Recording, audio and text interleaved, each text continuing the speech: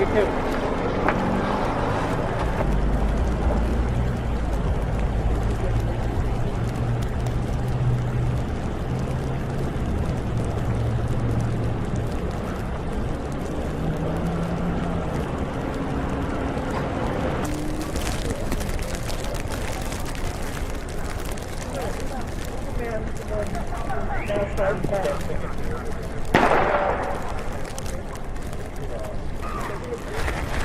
Every car that goes up doesn't come down?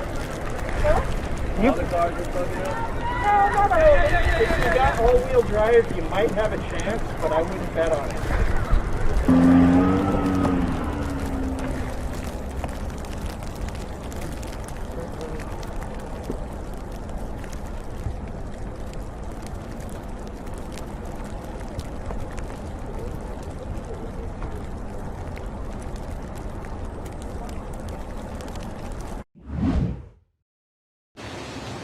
Exactly, and the snow continues to fall. Inches and inches of snow continue to pile up. We're in the First Hill neighborhood. We were here. We were also in Chinatown International District, and we were also in Belltown. So this is a main route here to Harborview, which is 2 blocks behind me here. You can see the road is clear thanks to all the snowplow action.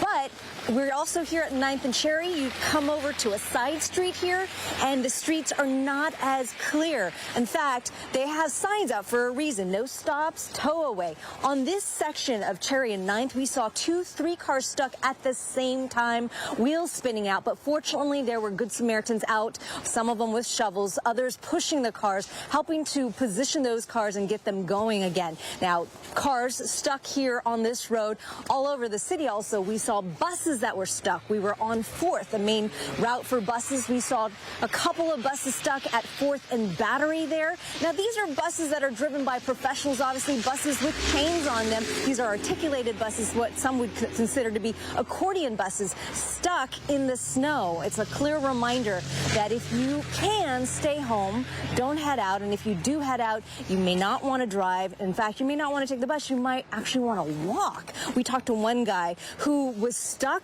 on his bus in the International District, and then he decided to walk the 17-20 minutes or so to get to his job to Belltown. So again, clearly, if you don't have to be out, stay home. And if you do head out, maybe you might want to walk.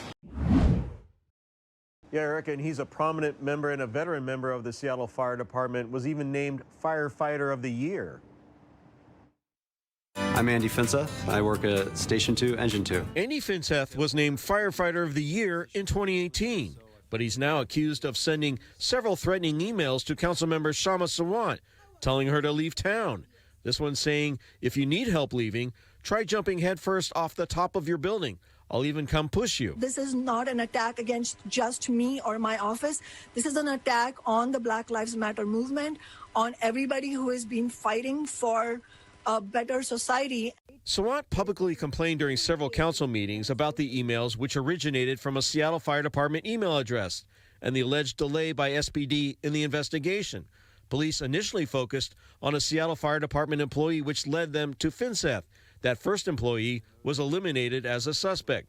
The 42-year-old Finseth was arrested at the end of his shift Friday morning for harassment, identity theft, and computer trespass. He's now on paid administrative leave, a spokesperson for the department saying there are no circumstances under which the Seattle Fire Department would condone an employee sending threatening emails to another person. Hi, everybody. Thanks for checking out our YouTube page. I'm meteorologist Shannon O'Donnell from the KOMO weather team. You can see more of our videos right here by clicking on the video links for additional news from the Seattle area and Western Washington. Oh, and don't forget to click the subscribe button below so you don't ever miss our YouTube updates.